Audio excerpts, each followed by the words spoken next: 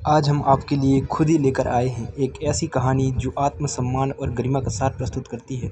यह कहानी सिर्फ एक कहानी नहीं है, यह मानवीय भावनाओं, संघर्ष और जीत का प्रतिबिंब है जो हमारे अस्तित्व को परिभाषित करती है। तो आराम से बैठिए और आइए खुदी के दिल में एक साथ यात्रा करें।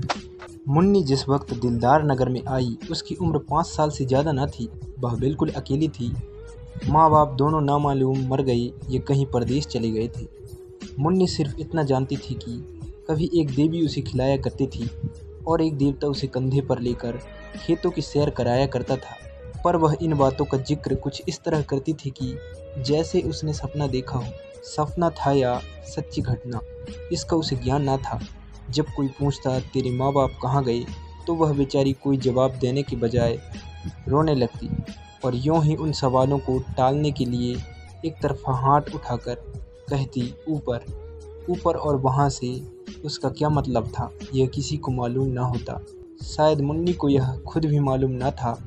बस एक दिन लोगों ने उसे एक पेड़ के नीचे खेलते देखा और इससे ज़्यादा उसकी बाबत किसी को कुछ पता ना था। लड़की की सूरत बहुत प्यारी थी, जो उसे देखता मोह जाता। उसे खाने पीने की कुछ फिक्र ना रहती, जो कोई बुलाता कुछ दे देता, वही खा लेती और फिर खेलने लगती। शक्ल सूरत से वह किसी अच्छे घर की लड़की मालूम होती थी।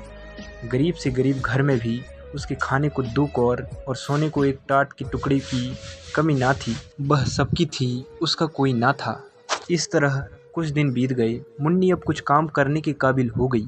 कोई कहता जरा जाकर तालाब से यह कपड़े तो धो ला। मुन्नी बिना कुछ कहे सुने कपड़े लेकर चली जाती। लेकिन रास्ते में कोई बुलाकर कहता बेटी कुएं से 2 घड़े पानी तो खींच ला, तो वह कपड़े वहीं रखकर घड़े लेकर कुएं की तरफ चल देती। जरा खेत से जाकर थोड़ा साग तो ले आ, और मुन्नी घड़े वहीं रखकर साग लेने चली जाती। पानी के इंतजार में बैठी हुई औरत उसकी राह देखते देखते थक जाती। कुएं पर जाकर देखती है तो घड़े रखे हुए हैं। वह मुन्नी को गालियां देती हुई कहती आज से इस कलमुही को कुछ खाने को ना दूंगी। कपड़े के इंतजार में बैठी हुई औरत उसकी राह देखते देखते थक जाती और गुस्से में तालाब की तरफ जाती तो कपड़े वहीं पड़े हुए मिलते। तब वह भी उसे गालियां देकर कहती आज से इसको कुछ खाने को ना दूंगी। इस तरह मुन्नी को कभी कभी कुछ खाने को ना मिलता और तब उसे बचपन याद आता, जब वह कुछ काम ना करती थी और लोग उसे बुलाकर खाना खिला देते थे। वह सोचती किसका काम करूं, किसका ना करूं। जिसे जवाब दूं वही नाराज हो जाएगा। मेरा अपना कौन है, मैं तो सबकी हूँ। उस गरीब को यह मालूम ना था कि जो सबका होता है वह किसी का नहीं होता। वह दिन कितने अच्छे थे जब उसे खाने पीने की और किसी की खुशी या नाखुशी की परवाह ना थी। दुर्भाग्य में भी बचपन का वह समय चैन का था। कुछ दिन और बीते, मुन्नी जवान हो गई। अब तक वह औरतों की थी, अब मर्दों की हो गई। वह सारी गांव की प्रेमिका थी, पर कोई उसका प्रेमी न था। सब उससे कहते थे मैं तुम पर मरता हूँ, तुम्हारे वियोग में तारे गिनता हूँ, तुम मेरे दिलो जान की मुराद हो। पर उसका सच्चा प्रेमी कौन है, इसकी उसे खबर ना होती थी। कोई उससे यह ना कहता था कि तू मेरे दुख दर्द की शरीक हो जा। सब उससे अपने दिल का घर आबाद करना चाहते थे।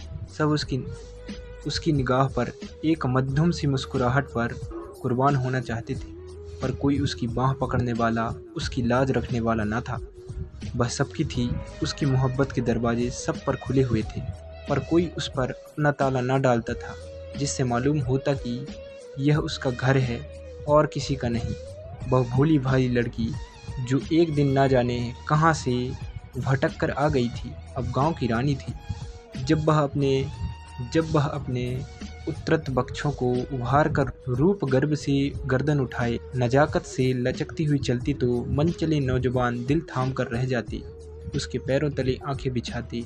कौन था जो उसकी इशारे पर अपनी जान न निछार कर दे। वह अनाथ लड़की जिसे कभी गुड़ियाँ खेलने को ना मिली, अब दिलों से खेलती थी। किसी को मारती थी, किसी को जिलाती थी, किसी को ठुकराती थी, किसी को थपकियाँ देती थी, किसी से रूठती थी, किसी को मनाती थी। इस खेल में उसे कत्ल और खून का सा मजा मिलता था। अब पासा पलट गया था। पहले वह सबकी थी, कोई उसका ना था। अब सब उसके थे, वह किसी की ना थी। उसे जिस चीज़ की तलाश थी वह कहीं ना मिलती थी। किसी में वह हिम्मत ना थी जो उससे कहता आज से तू मेरी है। उस पर दिल न्यौछावर करने वाले बहुतेरे थे, सच्चा साथी एक भी ना था। असल में उन सर्फियों को वह बहुत नीची निगाहों से देखती थी। कोई उसकी मोहब्बत के काबिल नहीं था। ऐसे पस्त हिम्मतों को वह खिलौने से ज़्यादा महत्व ना देना चाहती थी, जिनका मरना और जिलाना एक मनोरंजन से अधिक कुछ नहीं। जिस वक्त कोई नौजवान मिठाइयों के थाल और फूलों की हार लिए उसके सामने खड़ा हो जाता, तो उसका जी चाहता मुंह नोच लूं। उसे वह चीज़ें कालकूट हलाहल जैसी लगती। उनकी जगह वह रूखी रोटियां चाहती थी। सच्चे प्रेम में डूबी हुई गहने और असरफियों के ढेर उसे बिच्छू के डंक जैसे लगते। उसके बदले वह सच्ची दिल के भीतर से निकली हुई बातें चाहती थी। उसमें प्रेम की गंध और सच्चाई का गीत हो। उसे रहने को महल मिलते थे, पहनने को रेशम, खाने को एक से एक व्यंजन, पर उसे इन चीज़ों की आकांक्षा ना थी। उसे आकांक्षा थी फूस के झोपड़े, मोटे झोटे सूखे खाने। उसे प्राणघातक सिद्धियों से प्राण पोषक निषेध कहीं ज़्यादा प्रिय थे। खुले हवा के मुकाबले में बंद पिंजरा कहीं ज़्यादा चाहिता। एक दिन एक परदेसी गांव में आ निकला।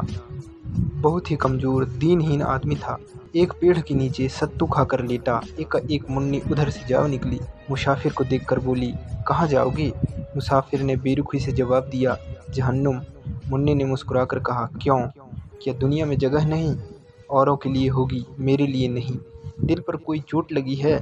मुसाफिर ने जहरीली हंसी हंसकर कहा, बदनसीबी की तकदीर में और क्या है, रोना धोना और डूब मरना, यही उनकी ज़िंदगी का खुलासा है। पहली 2 मंजिल तो तय कर चुका, अब तीसरी मंजिल और बाकी है। कोई दिन वह पूरी हो जाएगी, ईश्वर ने चाहा तो बहुत जल्द। यह एक चोट खाए हुए दिल के शब्द थे।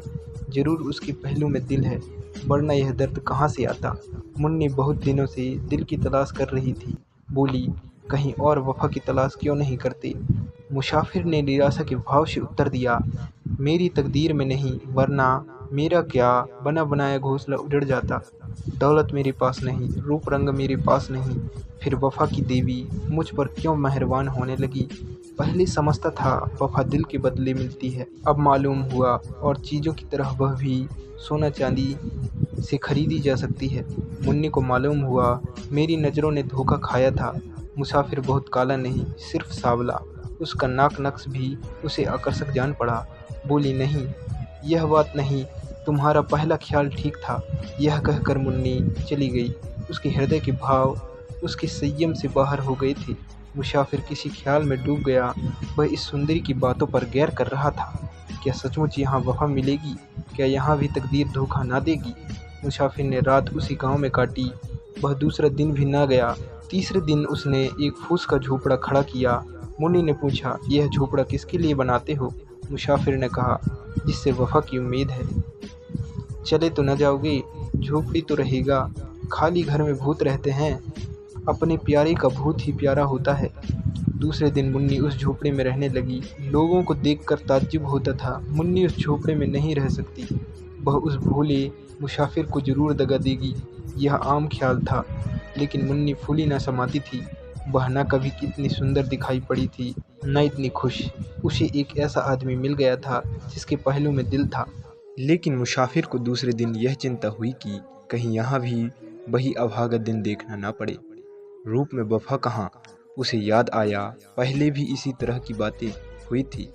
ऐसे ही कसम खाई गई थी, एक दूसरे से वादे किए गए थे, मगर उन कच्चे धागों को टूटने में कितनी देर लगी। वह धागे क्या फिर न टूट जाएंगे? उसके क्षणिक आनंद का समय बहुत जल्द बीत गया और फिर वही निराशा उसके दिल पर छा गई। इस मरहम से भी उसके जिगर का जख्म न भरा। तीसरे रोज वह सारे दिन उदास और चिंतित बैठा रहा और चौथा रोज लापता हो गया। उसकी यादगार सिर्फ उसकी फूस की झोपड़ी रह गई। मुन्नी दिन भर उसकी राह देखती रही। उसे उम्मीद थी कि वह जरूर आएगा, लेकिन महीनों गुजर गए और मुसाफिर न लौटा। कोई खत भी ना आया, लेकिन मुन्नी को उम्मीद थी वह जरूर आएगा। साल बीत गया, पेड़ों में नई नई कोपलें निकली, फूल खिले, फल लगे, काली घटाएं आई, बिजली चमकी, यहाँ तक कि जाड़ा भी बीत गया और मुसाफिर ना लौटा।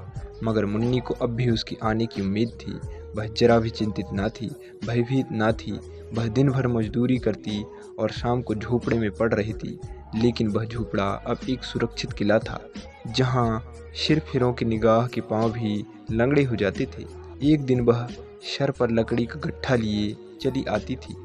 एक रसिक ने छेड़खानी की, मुन्नी, क्यों अपने सुकुमार शरीर के साथ यह अन्याय करती हो? तुम्हारी एक कृपा दृष्टि पर इस लकड़ी के बराबर सोना न्यौछावर कर सकता हूँ। मुन्नी ने बड़ी घृणा के साथ कहा, तुम्हारा सोना तुम्हें मुबारक हो, यहाँ अपनी मेहनत का भरोसा है। क्यों इतना इतराती हो? अब वह लौट कर ना आएगा? मुन्नी ने अपनी झोपड़ी की तरफ इशारा करके कहा, वह गया कहाँ है जो लौट कर आएगा? मेरा होकर वह फिर कहाँ जा सकता है? वह तो मेरे दिल में बैठा हुआ है। इसी तरह एक दिन एक और प्रेमी जन ने कहा, तुम्हारे लिए मेरा महल हाजिर है, इस टूटे फूटे झोपड़े में क्यों पड़ी हो? मुन्नी ने अभिमान से कहा, इस झोपड़े पर 1 लाख महल न्यौछावर हैं। यहाँ मैंने वह चीज़ पाई है जो और कहीं ना मिली थी और ना मिल सकती है। यह झोपड़ा नहीं है, मेरी प्यारी का दिल है। इस झोपड़े में मुन्नी ने 70 साल काटे। मरने के दिन तक उसे मुसाफिर के लौटने की उम्मीद थी। उसकी आखिरी निगाहें दरवाजे की तरफ लगी हुई थी।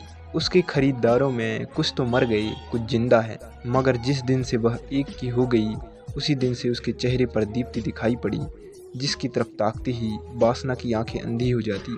खुद ही जब जाग जाती है तो दिल की कमजोरियां उसके पास आते डरती है। दोस्तों, अगर आपको ये कहानी अच्छी लगी तो लाइक, शेयर और कमेंट कीजिए और ऐसी ही नई वीडियो के लिए चैनल को सब्सक्राइब कर दीजिए।